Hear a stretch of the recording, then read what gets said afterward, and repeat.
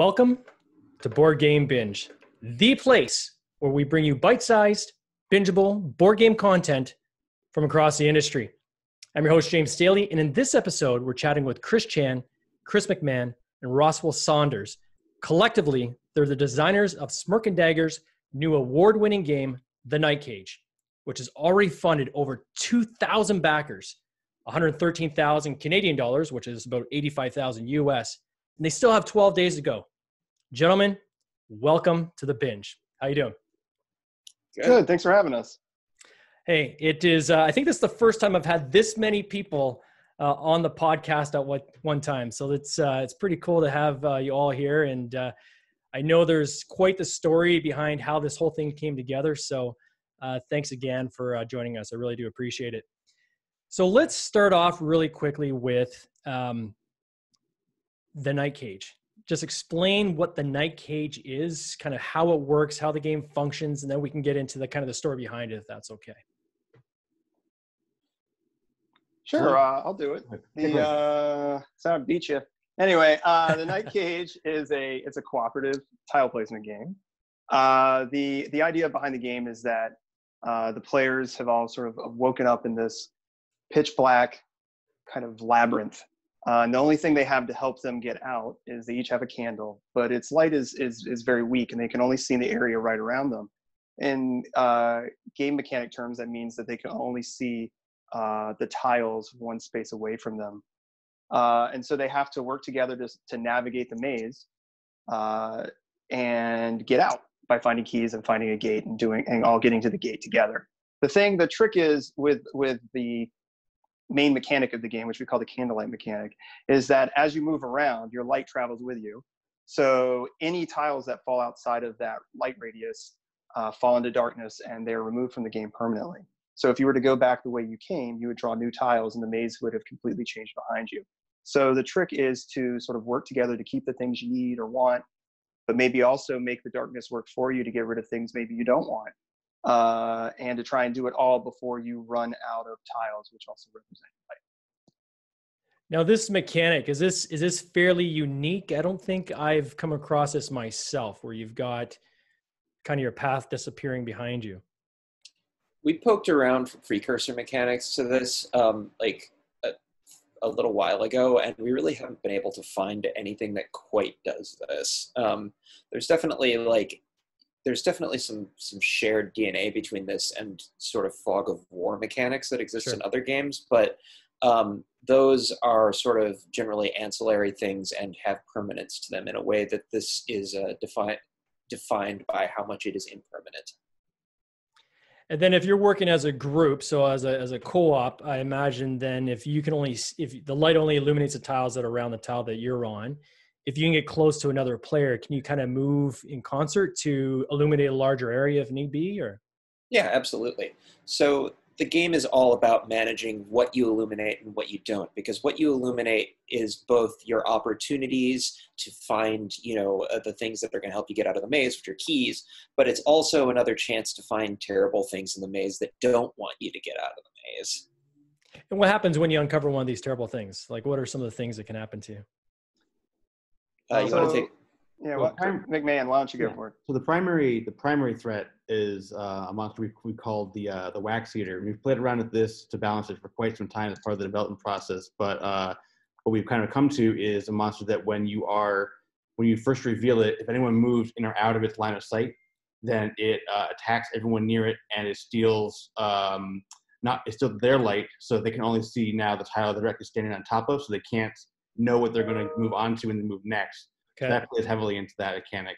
And then on the other side of that, we also end up with it takes away from the communal pool of wax. Everyone's drawing from the same stack of tiles. So if one person gets hit, everyone's opportunities are being reduced when that happens. So that sounds pretty cool. So the actual stack of tiles is represents a candle then, I guess. Is that what you're saying? Like it's like a candle that's so slowly going down? Yep.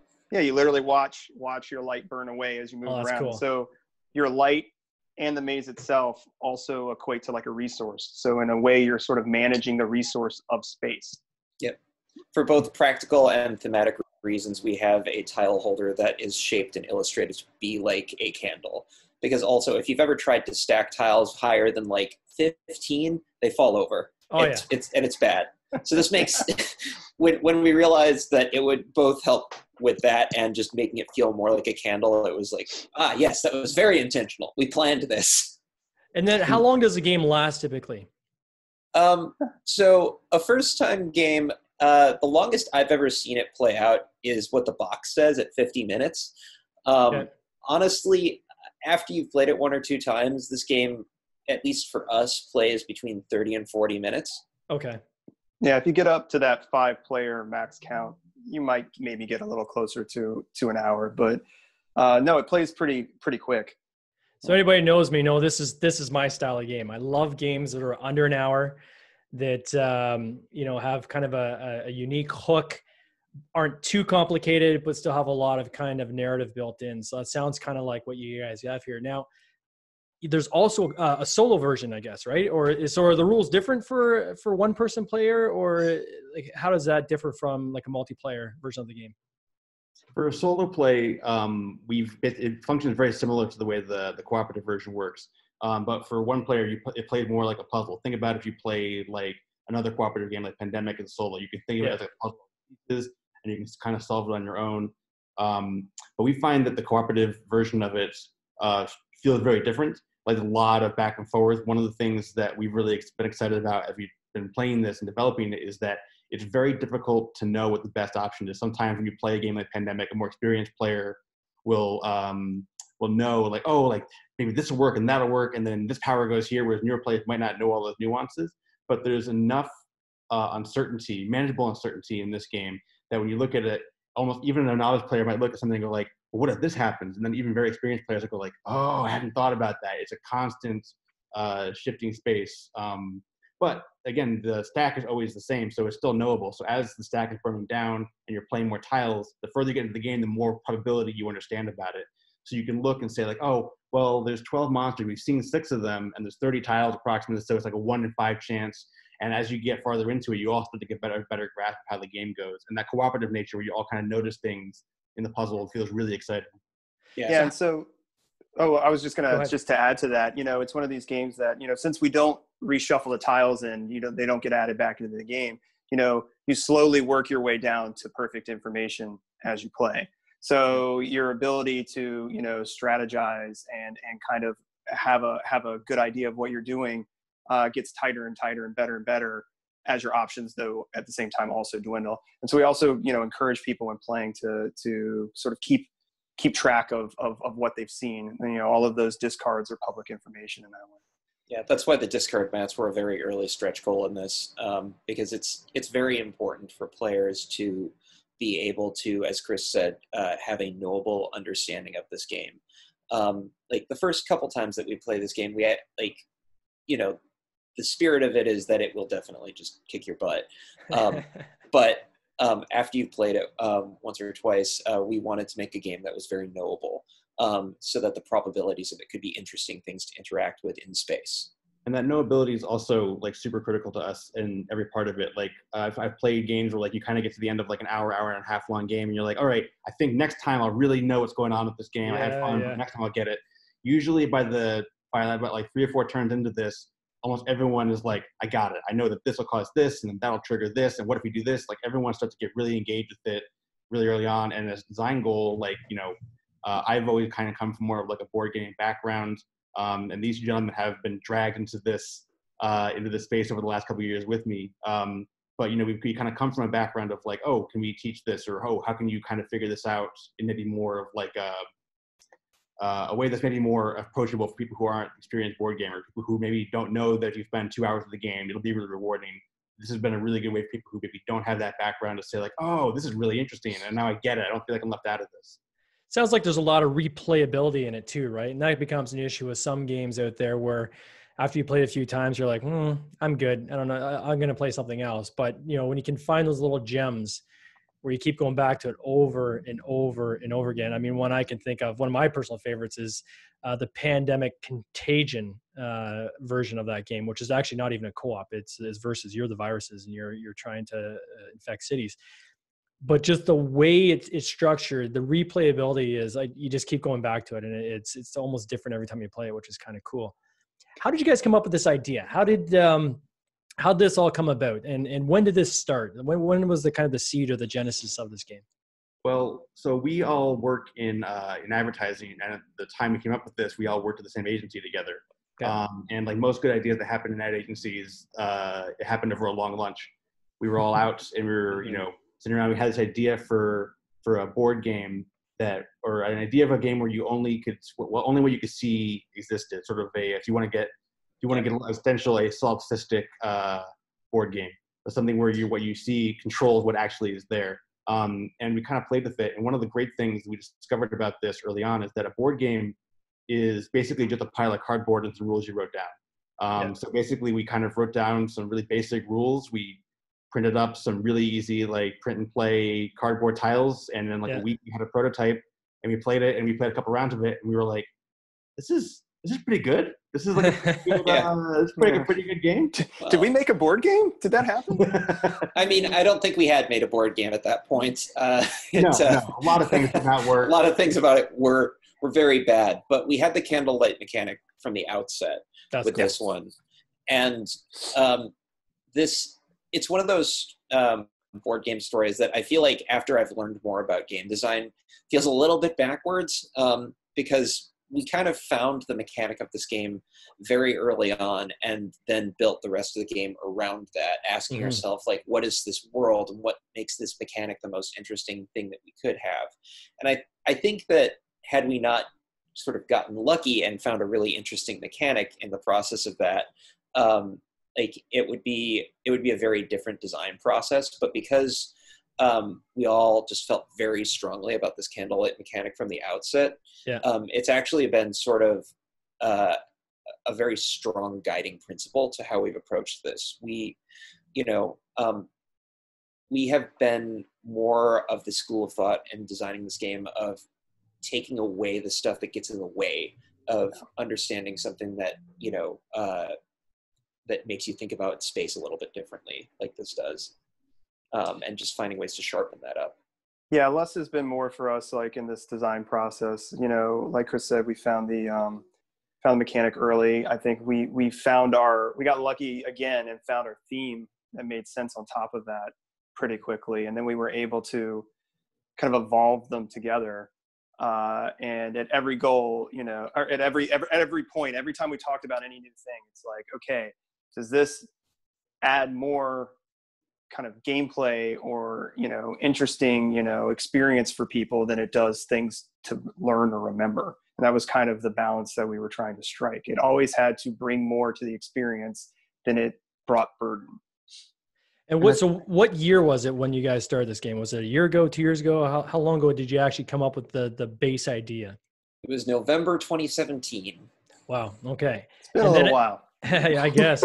And then at what point did you get it to, I would say, what you would consider a complete game, where it's like, okay, this thing's like 98% there? So we actually probably had talks with some publishers maybe like a year after we started working on it. Okay. But we looked at it and we were just like, this needs just more attention. Like we're perfectionists by nature. We work very hard at creative endeavors professionally. So like we looked at it and it's like we need to keep pushing this further. So like I think theoretically we would have had it by that point, but it's gotten so much stronger since that point. So many things have changed. Things that seems very small but have huge impacts, and that's something with like a game that's not terribly mechanically complicated. Like small changes can have huge impacts. So I think the version of the game that you're seeing at Kickstarter now probably coalesced, I would say, like beginning of this year. Does that sound about right? No, I'd say it probably happened a bit sooner, because jumping around in time a little bit. The reason that we are publishing with Smirk and Dagger kind of comes back to when we submitted to the Ion Awards, because Kurt was one of the judges on that. And he reached out to us at the time in that. And I think that a very recognizable version of the game was at play last year. There are some things that we have changed since then that I don't want to diminish how important those things are. Specifically, those are like the nerve tokens that we brought into the game. But I think the game would be very recognizable early last year. So he kind of got his pick of the litter, I guess, eh? If he's a judge of the awards and he sees the game, it's like, hey guys. Well, weirdly, we found him later Mhm. because that happened, and then like, you know, a good bit of time went by. We had kind of a development relationship with another publisher for a little while, and we sort of worked with them, and you know, it was like, will they, won't they? It turned out that won't they. No, those guys are great. We love them. You know, and so after that sort of, you know, it became clear we weren't going to be moving forward with those guys. We started discussing, oh, okay, well, who else do we think might like this? And then we remembered, you know, some of Kurt's feedback from the contest. We're like, well, let's add him to the list. And yeah, he got back to us, and I wasn't at the con they talked to him at, so I should probably stop talking. Yeah.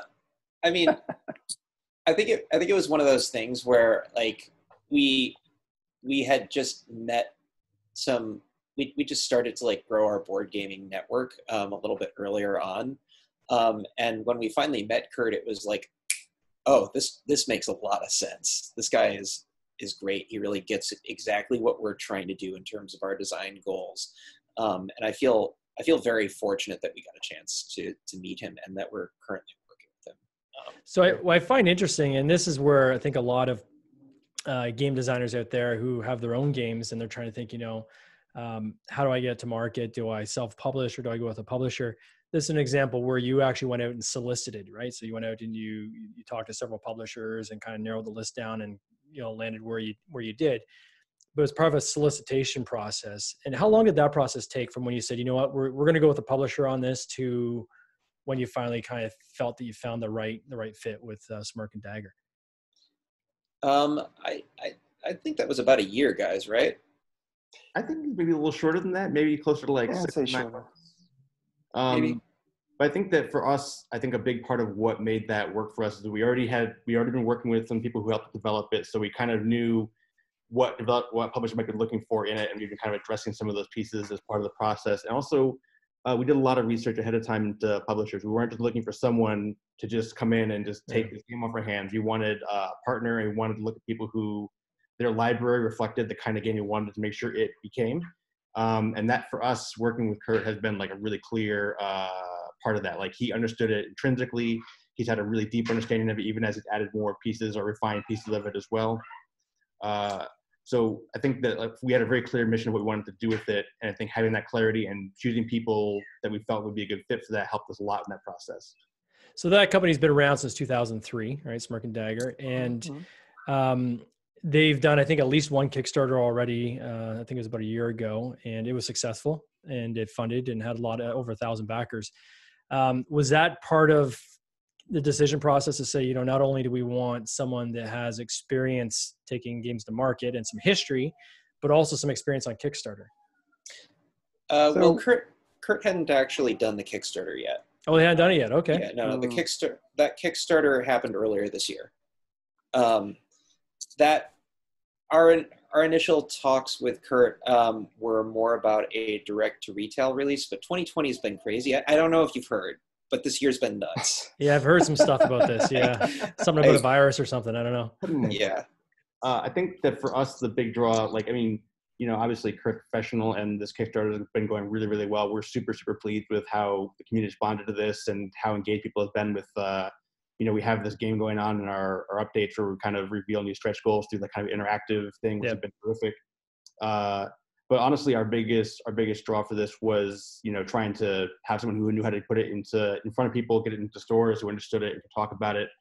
I think we were almost kind of on the fence about whether Kickstarter made sense for it, because a lot of times Kickstarter rewards projects that have like a lot of like, you know, big, expensive kind of add-ons to that. Miniatures and things like that. Yeah. A lot of flash too. I mean, there are people in the comments asking for miniatures now. Yeah. And there's nothing wrong with games that have this kind. There's nothing wrong with games that have this kind of features. But we were so clear that, you know, this is a game that didn't have to be very complicated. It didn't have to be very expensive. I think the base pledge right now is like $35 against like a future $40 retail value. Like, we really wanted to make this an accessible game. And so we were like, well, is Kickstarter the right place sometimes? Because people might be looking for like the $80, $90, $100 games with all these big plastic pieces. Unfortunately, the game works great without having to have tons of stuff to it. And Kurt's aligned with us that we want to make sure that this is a board game first, that it's not something that you are really happy to see when you get it, and then you kind of play it a little bit. And I think we've had that experience before, where sometimes like the presentation is stronger than the game that they get, and we've worked, over the last, I guess, since 2017 now, to make sure that the game you get is a game that you'll play again and again and again. Value has been a huge driving piece of design for us, I think. I was just going to add to that. I was going to say, another great thing about Kurt, that I think this discussion sort of brings to light too, is that like, we're very experience driven, like a lot of designers are maybe like mechanics first or theme first, or, and how they see stuff. And we're really like focused on like, what does the player feel like when we're playing it? And what are we trying to sort of instill with them? And I think Kurt comes from that same headspace. I think it's been a really kind of wonderful kind of meeting of the minds on that. He's trying to engender that same sort of emotional takeaway from the game.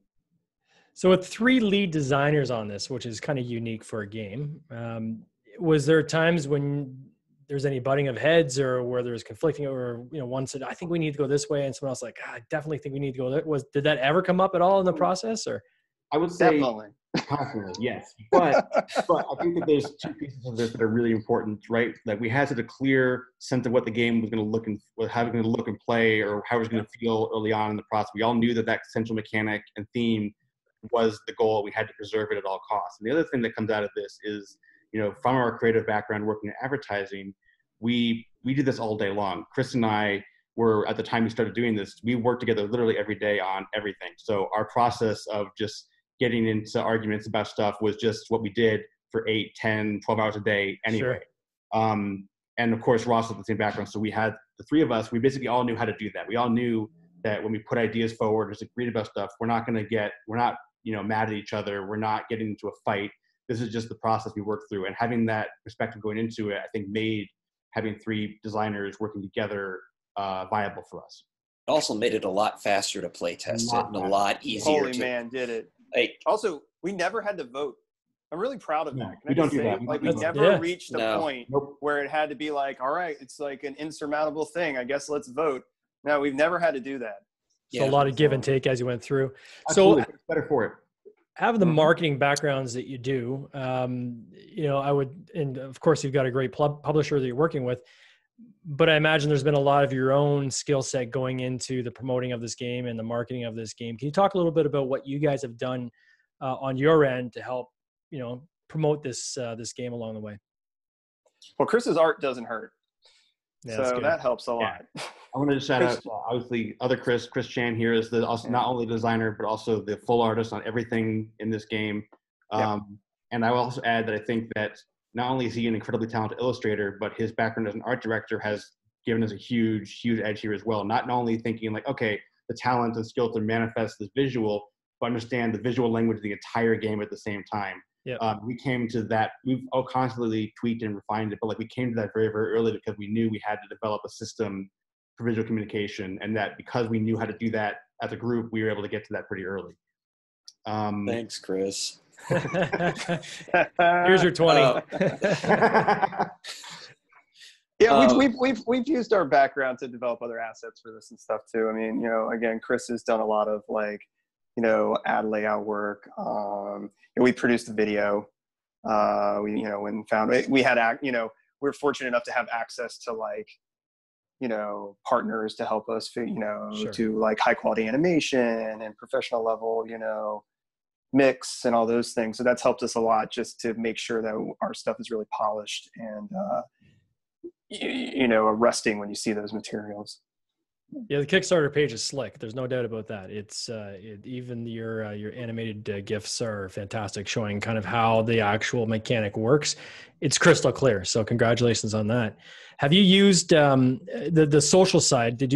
Were you building a social media profile, kind of knowing that back in 2017 you had this game? Did you start any kind of groundwork at the beginning that you're now reaping the benefits from? Remember that part where we said we were going to do straight to retail? So we started trying to do some stuff like that earlier on. Yeah. And That's actually a big part of why we started looking for a publisher, because we just wanted to make sure that like we weren't just kind of shouting into the dark with this. I think would I want to do that in the future? Sure. Like I think that would make sense for us to do as more of a design studio, but as an individual game, games as social media objects are kind of weird, right? Like you can't interact with people in the way that is very social. It's almost all promotional. So unless you're just doing constant blogging, which none of us had the time to do, Sure, because we were making a game, it didn't make sense to do that. So the sort of social media that we've built up along it has largely been through Smirk and Dagger's channels and in this more recent push. We did obsessively collect emails for an email list, though, for whenever we had a decision on what we were going to do, though. So that was good. That was helpful. And how big was that list? How big did you get your email list up to? Like 600, something like that. Yeah. So, Not world shattering, but a lot of people who are very excited. I think that we had a huge advantage that the game presented really well in person. We were able to, we got invited to present at PAX South last year, and we got invited to go to DreamHack for similar purposes. And people, this is a game that, visually arresting, and in person, you get it really, really quickly. Like it speaks to you when you're playing it. So it made a really good impression. I think probably that's one of our strongest social things, is just literally face-to-face, sit down, you have 30 minutes to play this. And when people did, they're like, great. Yeah, it was easy to get a lot of people around a table and take them through a complete game with teaching in, 30 to 40 minutes per session. And, you could stand around the table and understand it pretty easily too. Like that's one of the advantages of making a lighter game, as it were. It's a lot easier to learn it by like in the moment, and it's a lot easier to learn it even if you aren't playing it, which isn't to say that it's bad to do a bigger game, but it is definitely a lot easier to promote a smaller game in a convention setting. Certainly shorter games are easier to play test because you can just get through more play tests, right? Just based on the time involved. So now that you guys are in different cities, so New York, Chicago, how are you managing the dynamic now that you're not all in one place? How's that working for you? I don't know if it's really that different. I mean, once we were all, once I went and started working at a different agency, that already kind of separated us on like a day-to-day basis, and our schedules are all terrible. So, we were already starting to move to a lot of like tabletop simulator and things like that for play testing. And then like we would try and do the occasional first person meetup. But I think we were able to sort of smoothly transition on that one with Chris McMahon recently moving. I mean, I'm really glad that we moved to a more digital sort of prototyping structure, because it saves me a lot of money and hassle. Yeah. And you can make changes fast too, right? So it's like, so okay, much I want faster to change to make that changes. mechanic. Tabletop simulator looks visually, it looks literally like you're playing the game, right? So what would be some advice you would give to other developers out there? What's something you guys have kind of learned in this process of making this game, that if there's someone out there that's looking at creating their own game, something that you would tell them they should consider? Have a clear vision of what you want to make. Yeah. Like, there's an exploratory time with every game. Yeah. But at some point you have to say, what is the game I'm trying to make? And once you have that, you can filter all of the feedback that you're going to get anytime you bring it out to any group to something that's actually useful, and make decisions that aren't just based on, well, what's hot right now, or, what sounds cool. It's very tempting to do both those things. No one's going to buy a thing from you that you don't love. Like if you try and trace a trend, it's not going to turn into a thing that you're happy with, and it's going to manifest in the finished product. I totally agree with that. I think having a clear vision is critical. But I also would say starting is the most important part of that. One of the best things about having our kind of 3-person team here is the energy to keep things moving. To say like, okay, like we're going to meet up next week and we're going to test this, and this, and this. Like getting started and setting kind of like a schedule for yourself to kind of just get moving with it is super, super massive. Because if you don't start, you're not going to be able to finish it. Yeah, I often talk to people, especially in the, if you go to different meetups and, board game groups and so forth, more than half the people that are playing games, who play games on a regular basis, typically have an idea in their head of a kind of a game that they want to create, or maybe they've even thought of some mechanics and so forth. It's funny usually when they say, "Oh man, I wish I'd like to create a game someday." And I say, "Well, the best way to do that is actually start, right? Yeah. Then go create a game, right? Like the only thing that's stopping you from doing it is you and getting started. And I know it can be kind of overwhelming for some people to look at to say, wow, how do I get from an idea to kind of the finished things I see out there on Kickstarter or in a retail store? It's like eating the elephant one bite at a time. Start off by, mapping out a base idea, talk about the vision like you've talked about, start working on mechanics on a piece of paper, and then it'll just kind of snowball from there. And board games have a huge advantage over like working on like a video game. Where it's like, I need some literacy in some kind of programming language, or if you're working on like a graphic novel, I need some kind of visual literacy. Yeah. You can start just taking a magic marker and drawing on index cards, and that's the start of a board game. Like the barrier to entry to starting is super, super low. So if you have an idea for a game, embrace that and just start magic marker doodling on index cards and see how far you get. Oh yeah, or even sleeves. So you go to any game shop, they sell like little sleeves that people put their cards in to protect them. I never sleeve my cards, but some people do. But get the sleeves, and you can literally stick a piece of paper in those sleeves, and it becomes a card that you can change up and you can do by hand. So I've started collecting all my junk mail, cutting into card shapes and putting it into sleeves for exactly that purpose. It's the only good use I can think of for junk mail now. So just really quickly back on the campaign, because you do have I noticed that most of your pledges are actually in the second tier, not the first tier. So the base game, but people are opting for the more pimped out version, so to speak. So and I'm not sure if I read this right, there's actual candles, like you have like little. Yeah, so it's like LED candles. I think they're about like yay big. So what you do is, so in the game, as we said earlier, like if you get hit by a monster, your light goes out. Right. And so these little LED candles basically act as like a lights out indicator. So when your candle's lit, you'll have it on. And then if you get hit, you turn it off. Then everyone can quickly sort of see at a glance, and then you get the added shame, of course. So you sit there with a candle that's been extinguished. The candle actually screams shame the entire time it's turned off. The base game the batteries run out kind of quick. Yeah. And then you got music as well. There's a music soundtrack that comes with this as well, right? Yeah, that's another advertising benefit. We work with some Chris. I mean, they're your friends. Yeah. We work with a lot of creative people, and I think that's one of the things we like about industry as well. We're always surrounded by creative people who want to work on cool stuff, and we've had people who are fans of the game, and they've wanted to work on a soundtrack for a while, and people were like, "The soundtrack could be cool for this," and we're like, "Ooh, do tell!" So we've been excited to keep working on that. That's coming together right now, so we're super excited for that to be part of it as well.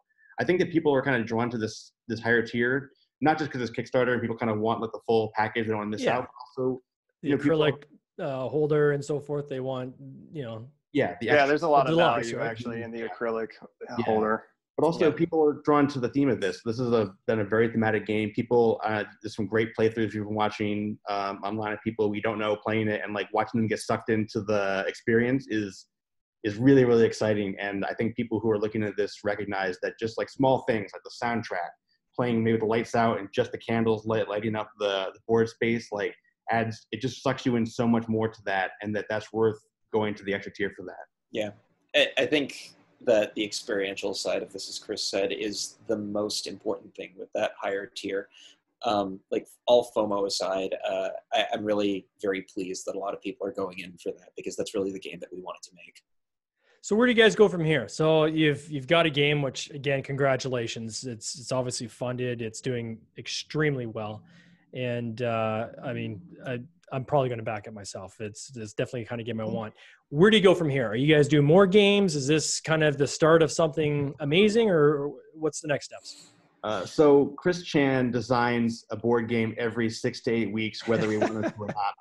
So the answer is almost definitely yes. We work together really well. Our back and forwards has resulted in really good decision making. And obviously, he's white hot. We can't stop him if we tried. So having that combination of energy and attention, we definitely want to keep making more things. We love this experience, and we want to keep making more board games like this. Plus, we spent money on a logo, so I feel like we're kind of obligated. That's true. Now you're locked. Yeah. Well, guys, I just want to say thank you so much for coming on this podcast. It's amazing how fast the half hour goes. All the best to you. If somebody wants to find your game, how best can they find this game to still get in on the action? There's still a couple weeks left. How best do they do that? Just go to Go to Kickstarter. Kickstarter. Type in Night Cage. So type Not in Nick Cage. You won't get what you not want. Nick Cage. No, that's a different. That's a different Kickstarter. The Night Cage. So type in the Night Cage on Kickstarter. You'll find No it. K. No K. Exactly. Yeah. Awesome. All right, guys. Thank you so much again, and all the best. Thanks for having us. Thanks. Cheers.